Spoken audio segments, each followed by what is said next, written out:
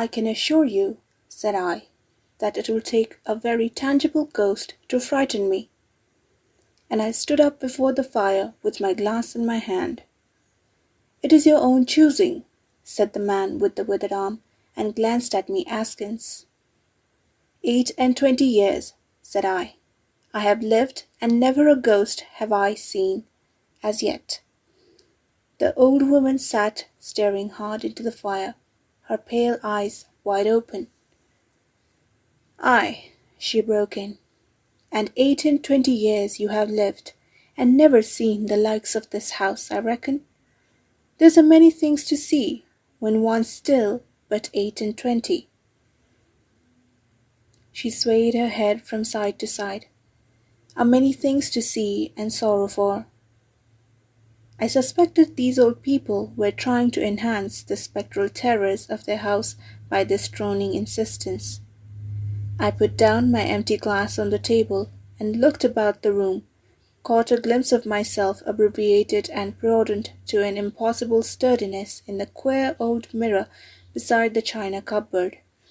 "Well," I said, "if I see anything tonight, I shall be so much the wiser, for I come to the business with an open mind." "It's your own choosing," said the man with the withered arm once more. I heard the faint sound of a stick and a shambling step on the flags in the passage outside. The door creaked on its hinges as a second old man entered, more bent, more wrinkled, more aged even than the first. He supported himself by the help of a crutch.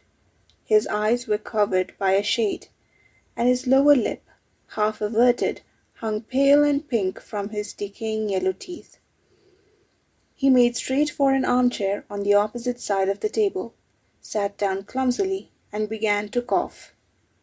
The man with the withered hand gave the newcomer a short glance of positive dislike. The old woman took no notice of his arrival, but remained with her eyes fixed steadily on the fire. "I said, it's your own choosing," said the man with the withered hand, when the coughing had ceased for a while. "It's my own choosing," I answered. The man with the shade became aware of my presence for the first time, and threw his head back for a moment and sideways to see me.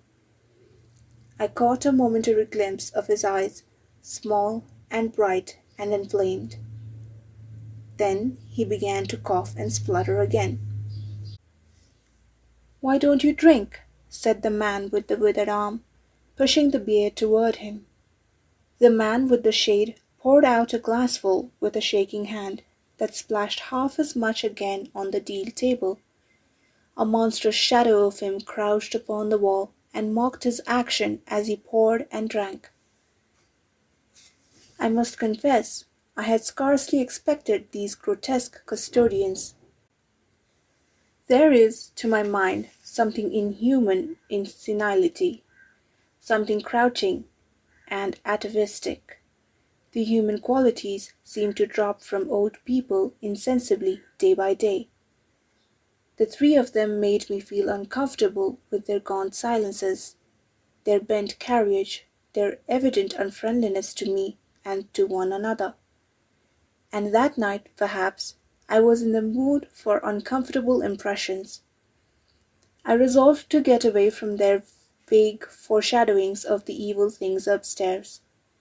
"If," said I, "you will show me to this haunted room of yours, I will make myself comfortable there." The old man with the cough jerked his head back so suddenly that it startled me, and shot another glance of his red eyes at me from out of the darkness under the shade, but no one answered me. I waited a minute, glancing from one to the other. The old woman stared like a dead body, glaring into the fire with lackluster eyes. "If," I said a little louder, "if you will show me to this haunted room of yours, I will relieve you from the task of entertaining me." "There is a candle on the slab outside the door," said the man with the withered hand, looking at my feet as he addressed me. "But if you go to the Red Room tonight—" "This night of all nights!" said the old woman softly. "You go alone." "Very well," I answered shortly. "And which way do I go?"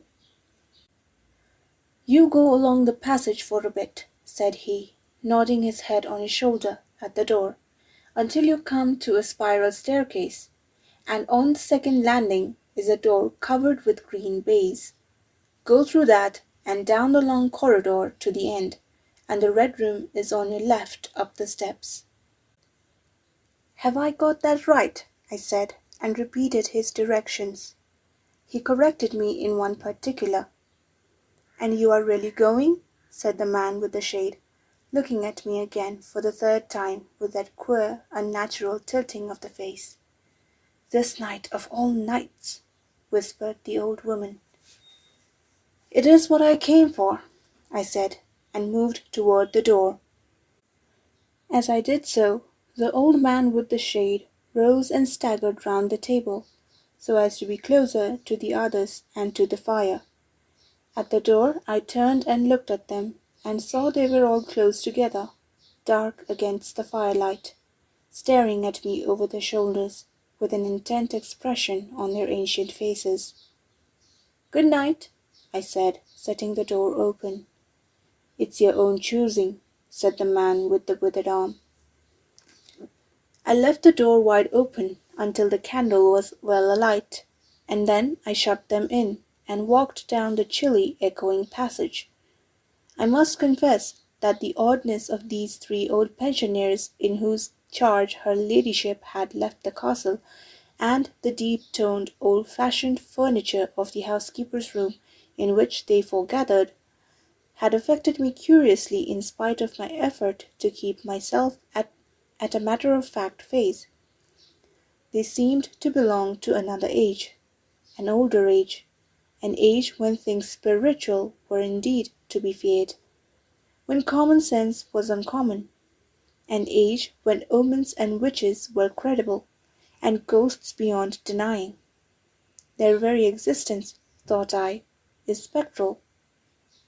The cut of their clothing, fashions born in dead brains, the ornaments and conveniences in the room about them even are ghostly. The thoughts of vanished men, which still haunt rather than participate in the world of today. And the passage I was in, long and shadowy, with a film of moisture glistening on the wall, was as gaunt and cold as a thing that is dead and rigid. But with an effort I sent such thoughts to the right about. The long, draughty, subterranean passage was chilly and dusty, and my candle flared and made the shadows cower and quiver. The echoes rang up and down the spiral staircase, and a shadow came sweeping up after me, and another fled before me into the darkness overhead. I came to the wide landing and stopped there for a moment, listening to a rustling that I fancied I heard creeping behind me, and then, satisfied of the absolute silence, pushed open the unwilling baize-covered door, and stood in the silent corridor. The effect was scarcely what I expected, for the moonlight coming in by the great window on the grand staircase picked out everything in vivid black shadow or reticulated silvery illumination. Everything seemed in its proper position. The house might have been deserted only yesterday instead of 12 months ago. There were candles in the sockets of the sconces, and whatever dust had gathered on the carpets or upon the polished flooring was distributed so evenly as to be invisible in my candlelight. A waiting stillness was over everything. I was about to advance and stopped abruptly.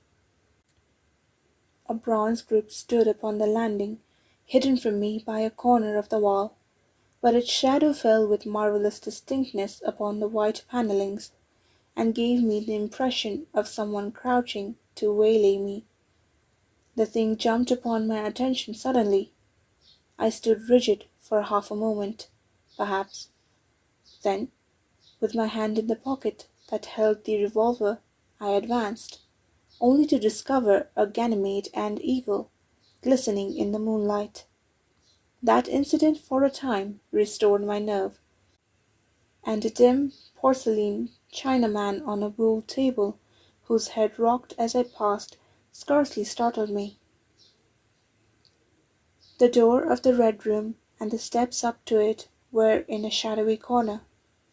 I moved my candle from side to side in order to see clearly the nature of the recess in which I stood, before opening the door. Here it was, thought I, that my predecessor was found, and the memory of that story gave me a sudden twinge of apprehension.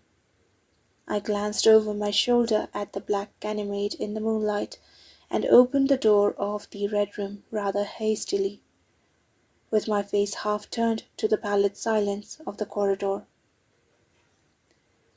I entered, closed the door behind me at once, turned the key I found in the lock within, and stood with the candle held aloft, surveying the scene of my vigil, the great red room of Lorraine Castle, in which the young Duke had died, or rather in which he had begun his dying, for he had opened the door and fallen headlong down the steps I had just ascended.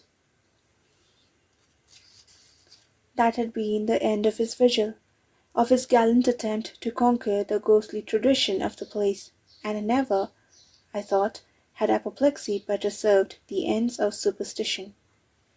There were other and older stories that clung to the room, back to the half-incredible beginning of it all, the tale of a timid wife, and the tragic end that came to her husband's jest of frightening her, and looking round that huge shadowy room with its black window bays, its recesses and alcoves, its dusty brown-red hangings and dark gigantic furniture, one could well understand the legends that had sprouted in its black corners, its germinating darkness. My candle was a little tongue of light in the vastness of the chamber.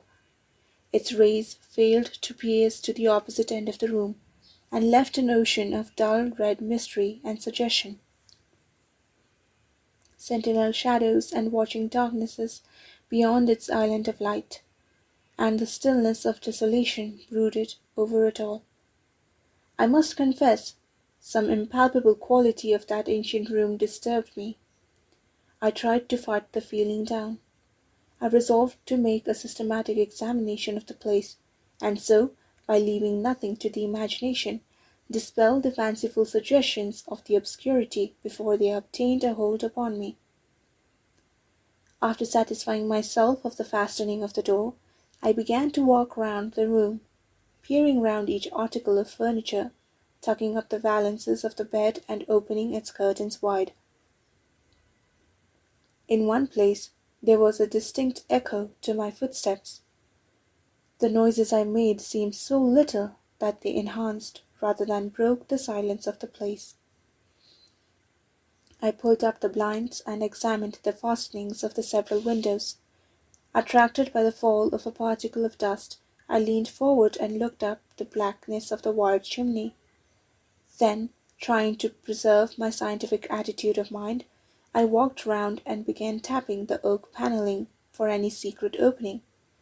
But I desisted before reaching the alcove. I saw my face in a mirror, white,